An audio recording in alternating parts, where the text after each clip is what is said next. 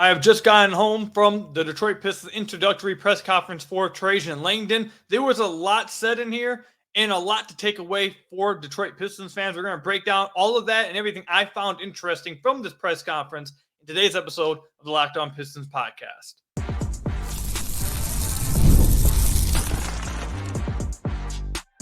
You are Locked On Pistons, your daily Detroit Pistons podcast, part of the Locked On Podcast Network, your team every day.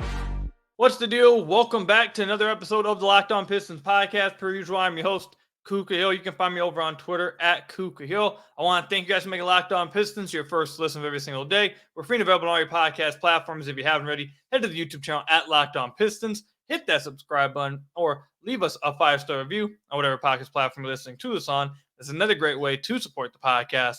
And today's episode is brought to you by Prize Picks, the easiest, most exciting way to play daily fantasy sports. Go to prizepicks.com/LockedOnNBA and use code all lowercase LockedOnNBA for a first deposit match up to $100. So, like I said in the cold open, there was a lot said in this press conference. There was a lot said by both Tom and Trajan that I thought was some insightful stuff. I thought a lot of what they said did provide insight and wasn't just PR speak and wasn't just quarterback talk. I thought a lot of it did provide some insight. So I'm gonna go through everything I found interesting. I do want to say I wasn't able to take any videos from the seat I was at. The angle I was getting video was impossible. So I didn't get any video. I did tweet out as many quotes as I possibly could for you guys while I was covering it, but wasn't able to get any video from the angle I was at. So I'm sorry about that. But I think the first place I want to go with is the vision that it seems like Trajan Langdon is going with this team this offseason. Hearing what his vision is for this team and hearing what he wants to do this offseason, I feel like was probably number one for Pistons fans, what they wanted to hear from him. And I think he gave a very clear and straightforward vision of what he's trying to do and what he wants to do with this team. And on numerous occasions, he spoke about patience. He spoke about developing the young core. He spoke about getting a new head coach. That main quality will be developing the young core, and spoke about how they don't need to skip any steps. So for the entirety of that press conference, my biggest takeaway from all this is that if we are to take Langdon for his word in this, and this doesn't mean that he can't make moves and he can't take advantage of a move that comes his way that he likes. Things may change. Things obviously always can change. But as of right now in the 21st, to me, it seems very clear that his vision is to develop the players on this roster and have them, kind of lead them to where they're going to go, which I think is pretty similar to what has been, I think that's pretty similar to what the goal has been for the last few years. I guess the hope is that he just accomplishes that in a different way, or accomplishes that at all, really, because Weaver obviously wasn't able to at all. So I guess that's the hope there. There was one quote that Trajan had that I really wanted to. Where is that? I want to make sure I say it correct. He said that Langdon said that if they're able to help these young players reach their potential, they can be pretty special. But he also mentioned that you just can't skip steps en route to doing that. He also went on to say, I think he basically confirmed that they will be looking to fill their cap space through trades. He basically confirmed that in this presser to me. His quote was, when he was asked about adding to the team through trades, his quote was, I think it's one thing we're looking for with the cap space we have is gathering contracts from other teams. And he wanted to mention gaining assets from those contracts from other teams and hoping that those players that they do acquire can help elevate their young players. So there was a quote, or not a quote, there was an article today before this presser from Jake Fisher. He said league sources had heard that the Pistons were viewed as a dumping ground of bad contracts or large contracts to get off of this offseason. I feel like Langdon basically confirmed that is something they're going to be looking to do this offseason. So all that says to me is that they are going to take this thing slow. They want the young guys to develop. They want these guys to reach their potential. They want to give them at least the chance to reach their potential this year in a way that maybe Trajan feels like they weren't given the chance to in previous years. So that to me is by far the biggest takeaway. And I'm not going to comment on whether I think that's the right or wrong way to go about it. I just think it's an interesting way to go about it. And I'm very interested to see how they go about doing it. Because I don't think, and Tom went on to say, not during the live presser, but afterwards, he was asked this, and he mentioned how they had too much money sitting on the bench this past year. That this offseason, the people they get, the people they pay, they want to be able to contribute. So basically what this sounds like to me, and I made this connection before the presser after reading Jake Fisher's article, but it basically was confirmed during the presser. They want to absorb contracts for assets, but they don't want to absorb, bad contract, bad player. It seems like they want to try to take on, maybe a player who can contribute, but is heavily overpaid. And to take on their contract, they want to take on an asset or two. Right now, I don't have those players in front of me. I just got home from the presser. The next episode will be me going over those type of players that are overpaid, that can help the Pistons, but maybe are overpaid and they can get an asset for taking on their contract. Again, I don't have those players in front of me. I haven't looked through it. I just got home. But it seems like that is what they're going to be trying to do. And I would be, at this point, shocked. And again, I mean, things can change in just like that. So nothing is 100%. And obviously, with every press conference, a lot of the things said could be just to appease the fan base or to appease the people there. Like, you never really know how much is real and how much is just speak. So it's always possible that maybe some of this isn't actually true. He isn't actually how he feels or whatever. But if we are to take him for the word that we heard at this presser, it seems like the Pistons are going to take this slow. Their main priority is to build up their young core. Their main priority is to develop these guys. Their main priority is to get some guys in that will help them develop, that will help them reach their next step in their development. And I mean that by their coaching, the new head coach, and players that they bring in. So, I mean, I think this is interesting. I think this changes how some people will be looking at this offseason, how they are going to attack this offseason. Now, the draft is less than a week away. Free agency, I believe, is 10 days away at this point. I don't know, man. I don't. It seems like right now, if I had to take a guess, I don't think they're going to spend a lot of money in free agency. It sounds like they want to use a lot of their cap space in trades.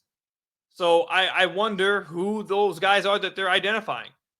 They did make it clear, though, on numerous occasions, they do want to bring in guys to help the young core. So I don't think it's going to be, at least I don't think, it's going to be another Joe Harris situation. And like I said, Tom came out afterwards and spoke about how they had too much money sitting on the bench they couldn't help. So I think that's what they're going to do. I'm just not sure how many, unless there's like a 3-team trade where the Pistons are the team that's receiving the large salary dump that no one wants. You're going to have to give me some time. You guys are going to have to give me some time to really go through the league and find what players he could be identifying that can contribute still, but are horrible contracts that would still get you an asset or two. And the problem with this, and I'll wrap it up here before we move on to the next part that I found really interesting. The tough part about this is that Trajan is basically saying that he's going to do what Weaver should have done 4 years ago. I've said this numerous times. At the beginning of this rebuild, the Detroit Pistons should have taken on bad contracts and gotten assets. Because they didn't, they sit now in 2024 with no real assets. They don't have multiple picks to trade. They don't have multiple young guys they can trade without gutting the entire young core. Like, they don't have real assets that fans really want to get rid of. Like, no one wants, the fan base doesn't seem like they want to get rid of Ivy. They don't want to get rid of Duren. And it doesn't sound like Langdon wants to do that as of right now, based off this presser. But they don't have picks to trade either. They don't have a treasure chest of assets at all. And it's because of how the previous regime went about, asset management.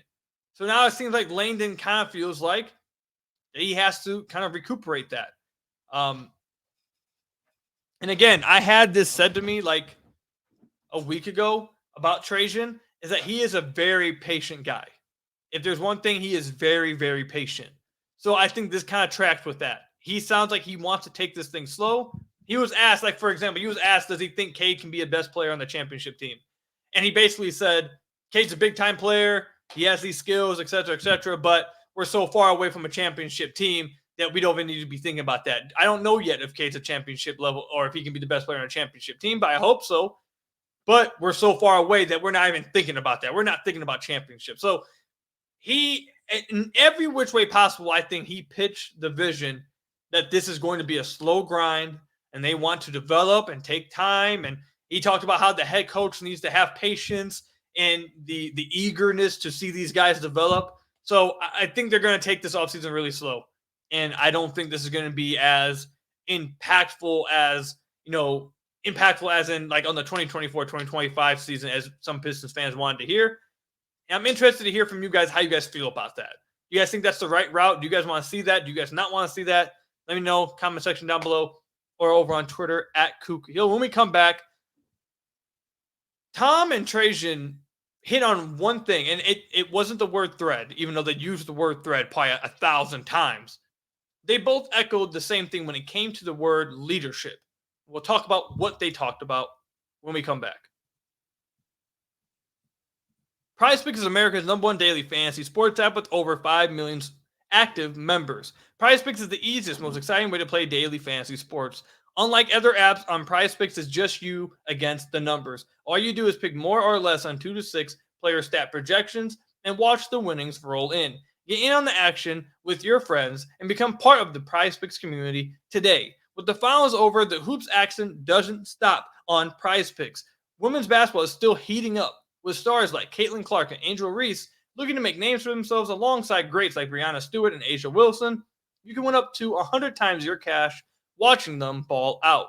PrizePicks is available in more than 30 states across the country, including California, Texas, and Georgia. And one of my favorite things about PrizePicks is that let's say you have someone in the first half, they get hurt, they don't return the second half, that player gets rebooted with PrizePicks. I absolutely love that. PrizePicks is super self-explanatory, a lot of fun, and it's why I love PrizePicks. So download the PrizePicks app today and use code LOCKEDONNBA for a first deposit match up to $100. That's code LOCKEDONNBA on PrizePicks for a deposit match up to $100. Pick more, pick less. It's that easy with PrizePicks. So I want to thank you guys again for making Locked On Pistons your first listen of every single day. We're free and available on your podcast platforms. If you haven't already, head to the YouTube channel @Locked On Pistons. Hit that subscribe button or leave us a 5-star review on whatever podcast platform you're listening to this on. That's another great way to support the podcast. So to put a bow on the first segment for real, they're going to take it slow. They want to see the young guys lead them. They want to put the young guys in a position that will help them develop. He mentioned numerous times wanting to have a winning environment and an environment that encouraged development, and he didn't feel like the Pistons had that previously. He mentioned that he has skills that he believes this team is missing. Trajan, that is. It seems like what those skills he's talking about is the patience and the ability to help develop these players. He mentioned Fred Vinson multiple times, saying he hopes that adding Fred Vinson can help them develop spacing, develop their outside shot, which he thinks will cut down their turnover rate and thinks will be a big step forward in their development. And that's one of the reasons why he brought in Fred. So we kind of hinted at that on last week's episode, that maybe that meant that he wants to go slow. He believes in the young core and wants to try to help them with their shot. So it seems like that's the case. So yeah, that's the final thoughts I have on what their vision is. It seemed pretty clear to me. I thought Trajan made it very clear what their vision is. They want to take this thing slow, and they're going to develop their young guys, and they're going to try at least to put an environment that enables them to develop. So that's really it with the whole vision. I think that was made pretty clear by Trajan. The other thing that I found really interesting from this presser, I don't know if I should call them shots I don't know if shots would be the right way to say it, but um, there are some, I would say, references, I guess, to Troy Weaver and Monty Williams. Um, let's start with Troy. Tom, on numerous occasions, talked about how he didn't feel like they had the right leadership in the organization, and you have to feel like he's talking about Troy. And numerous occasions, he said or hinted towards the fact he didn't feel like everyone was on the same page. He felt like at the very beginning of the presser, which I thought was a crazy way to start it off, but I respect Tom for being open, and I actually thought this was a good press conference from Tom. Has a little bit of word salad, says a lot of stuff that maybe was a little filler, but overall, I thought this was a really good press conference from Tom, and he was very open and answered questions honestly. And he opened up the presser. Like one of the first things he said was he felt like he felt like he had some leadership in previous years, obviously Troy Weaver, that was leading in certain places and certain pieces, but not leading in totality. That wasn't a leader throughout the organization. And he said that he felt like that was one of their biggest issues over the last few years, is that they did not have a leader that threaded, he used the word threaded like 1,000 times, that threaded every piece of the organization. He felt like they only had a leader for pieces of the organization, not someone that could thread all the pieces. And he felt like that's what Trajan can bring. So I feel like that is an obvious, again, I don't want to say shot, but I feel like that's an obvious reference to Troy Weaver, like very clearly a reference to Troy Weaver. That wasn't the only mention of Troy, I would say. There were quite a few other things that I keep wanting to say a shot, because it really did sometimes feel like a shot at Troy, but I don't think Tom was doing it maliciously. He just kept talking about how they haven't had good leadership, and he kept trying to tiptoe around basically saying bad leadership. And maybe he didn't mean to say bad leadership, but he kept saying someone who just didn't lead the entire organization. So Troy, I thought, really got some. I thought Troy really got some jabs throughout this press conference. And when you have, look, when you struggle like the Pistons have with the last 4 years, that's going to happen. Like you can't struggle how the Pistons did and not expect there to be any like criticism or shots your way. For example, if you want an exact quote from Tom, he said, "I'd like to collaborate. I think we needed some day-to-day leadership to thread it all together. I'm not sure we've ever had that here." So I don't know what like Troy wasn't doing, or like what Troy was lacking in the leadership department when it comes to day-to-day relationships with the front office, whether that be with the players or the front office or the coaching staff or whatever.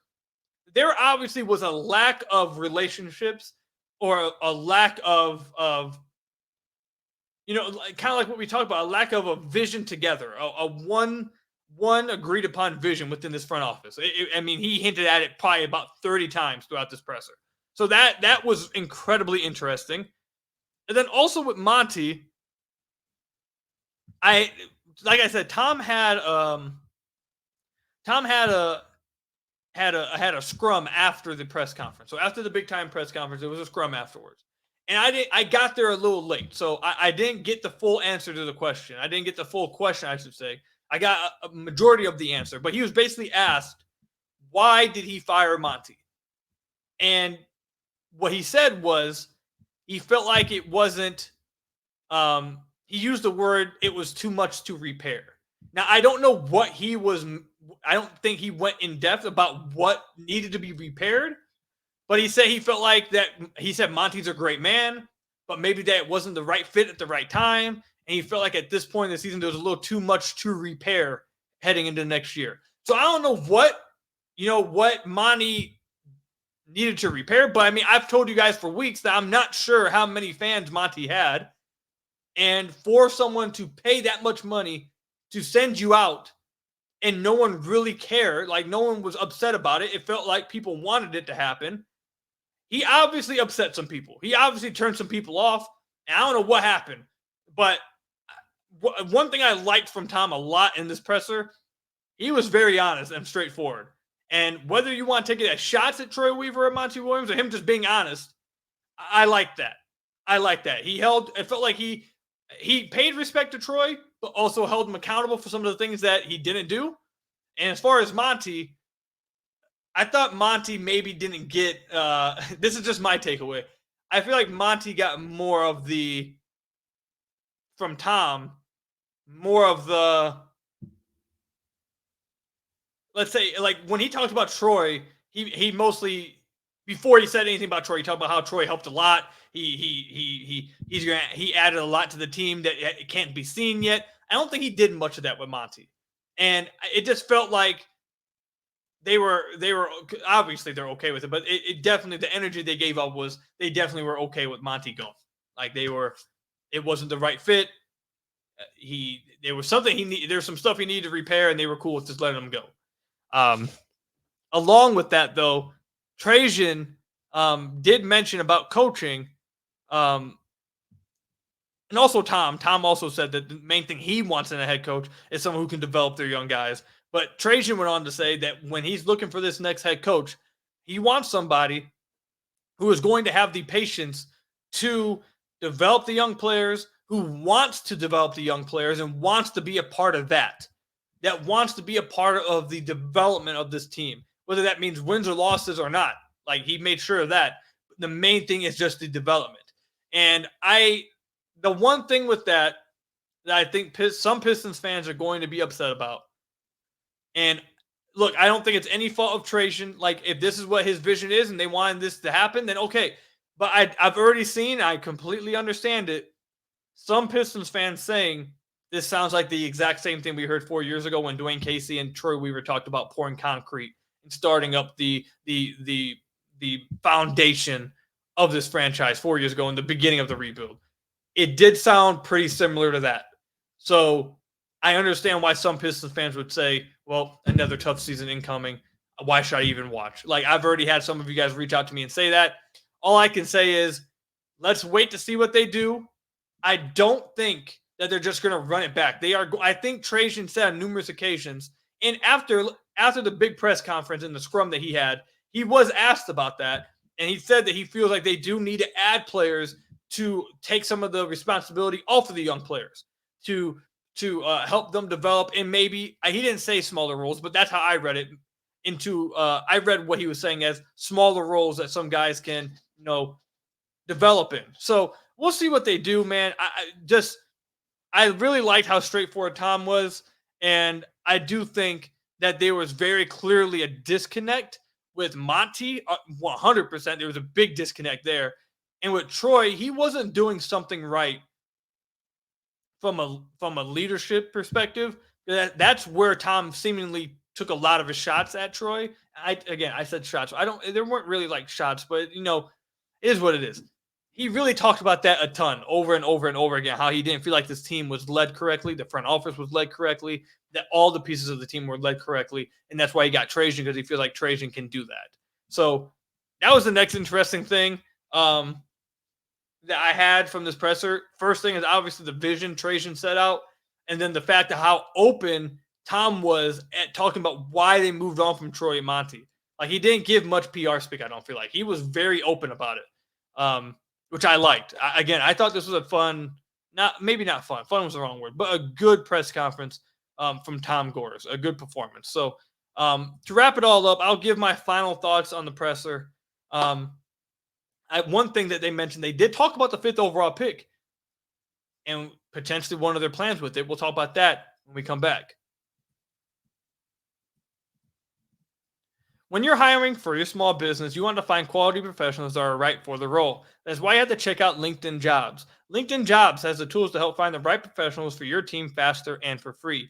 LinkedIn isn't just another job board. LinkedIn has a vast network of more than 1 billion professionals, which makes it the best place to hire. It gives you access to professionals you can't find anywhere else. LinkedIn does all that while making the process easier and intuitive. Hiring is easy when you have that many quality candidates. So easy that, in fact, 86% of small businesses get a quality candidate within 24 hours. LinkedIn knows that small businesses are wearing so many hats and might not have the time or resources to hire. LinkedIn is constantly finding ways to make the process easier. They even just launched a feature that helps you write job descriptions, making the process even easier and quicker. 2.5 million small businesses use LinkedIn for hiring.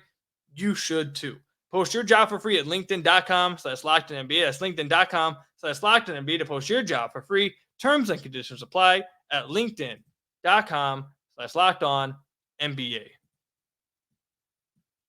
So I want to thank you guys again for making Locked On Pistons your first listen of every single day. Free and available on all your podcast platforms. If you haven't already, head to the YouTube channel at Locked On Pistons. Hit that subscribe button or leave us a 5-star review on whatever podcast platform you're listening to this on. That's another great way to support the podcast. There was something that Trajan said in regards to the draft, and this was something that he was not asked about. He said this unprovoked, which I think is pretty telling. He was asked about their potential moves this offseason, what they want to do this offseason. And he went on to say that, he was talking about the draft, how he's getting prepped for the draft. And in talking about prepping himself for the draft, he said, we're prepping ourselves for whether we pick at 5 or elsewhere. And that he said it and just kept going. I'm just like, whoa, okay, hold on. He just basically reveal that they are, considering moving back, or maybe moving up, but I think moving back. And no one really pushed back and followed up with that. They went on to another question. But I think that makes some sense for where the Pistons are, especially with depending on who falls to the Pistons at 5. I've had a few draft guys on the podcast, obviously, over the last 2 weeks, and all of them have said, depending on who falls to 5, this could be a real valuable pick for the Pistons to trade back. Let's say Klingon were to fall to 5. There's a lot of teams that want Klingon. I've heard that there's a lot of teams that want Matas. If some of those guys, and maybe Reed Shepherd falls to 5, or whoever, there is going to be someone that falls to 5 that maybe someone behind the Pistons really loves.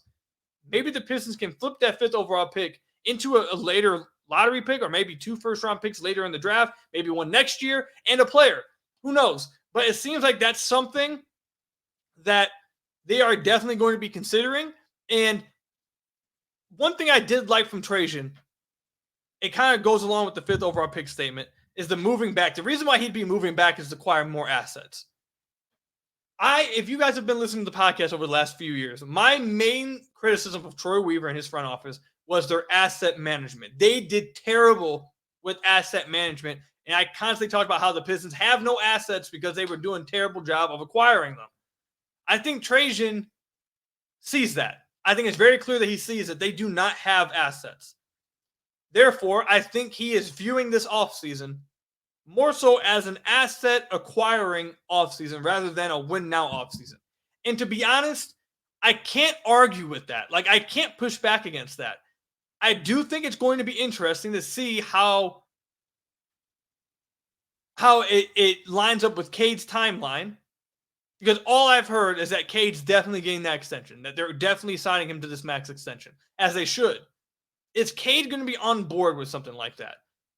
Because I don't think I don't know how many guys, unless, for example, unless you can get Zach LaVine from the Bulls, unless the Bulls are in such a position where they are literally willing to give up an asset with Zach LaVine just to get off his contract, maybe that's something like that happens.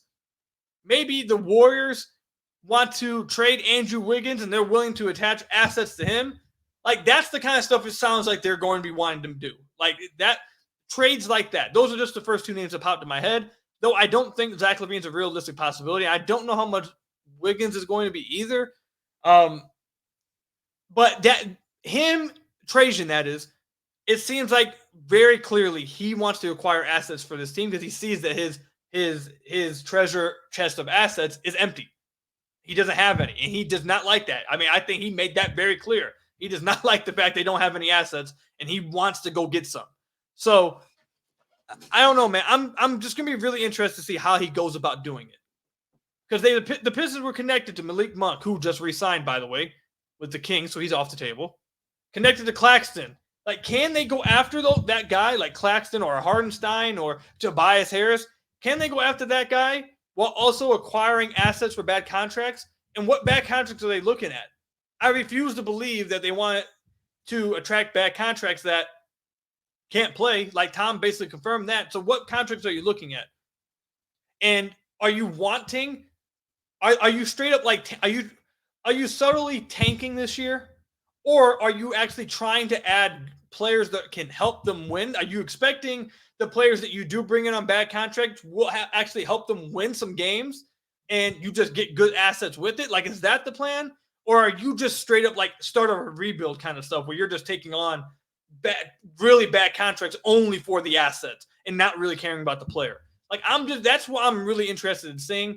But I thought this presser was really revealing. Trajan really made it clear what his vision is. Now it's just about how is he going to go about doing it. And I really want to see how does Cade vibe with that? Because I know Cade wants to win. Like, all these young players want to win, but I know Cade wants to win. And I know Cade wants his recognition. As any number one overall pick does, who played as well as he did last year, you want your respect. You want your recognition. And will he be able to get that if they are just like subtly tanking again?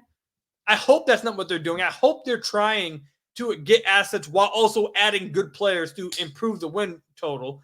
If they're able to do that, now it's easier said than done. That's hard to do. But if he's able to do that, fantastic. Great. I think that would be perfect. That would be amazing if he's able to do both. But again, I just want to see how it goes. Because if that's not what they're able to do and they do just choose assets over that, you are really relying on internal development for a fifth straight year. And if it doesn't happen, I'm just interested to see how everyone feels about that. That's it. That's it. So, and again, the vibe I got is that they don't want to just. It doesn't seem like they want to just subtly tank. They want to try to do both. They want to, and Tom actually said exactly this. He said they want to thread that needle.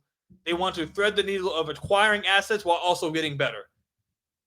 And that's hard to do. That's easier said than done. So let's see if Trajan can do it. Let's see if this front office can do it. Over the weekend, we'll have an episode Monday. Over the weekend, I'm going to go into all the possible contracts they could get. Any contracts that are actual good players, but maybe you could get assets because they're really overpaid.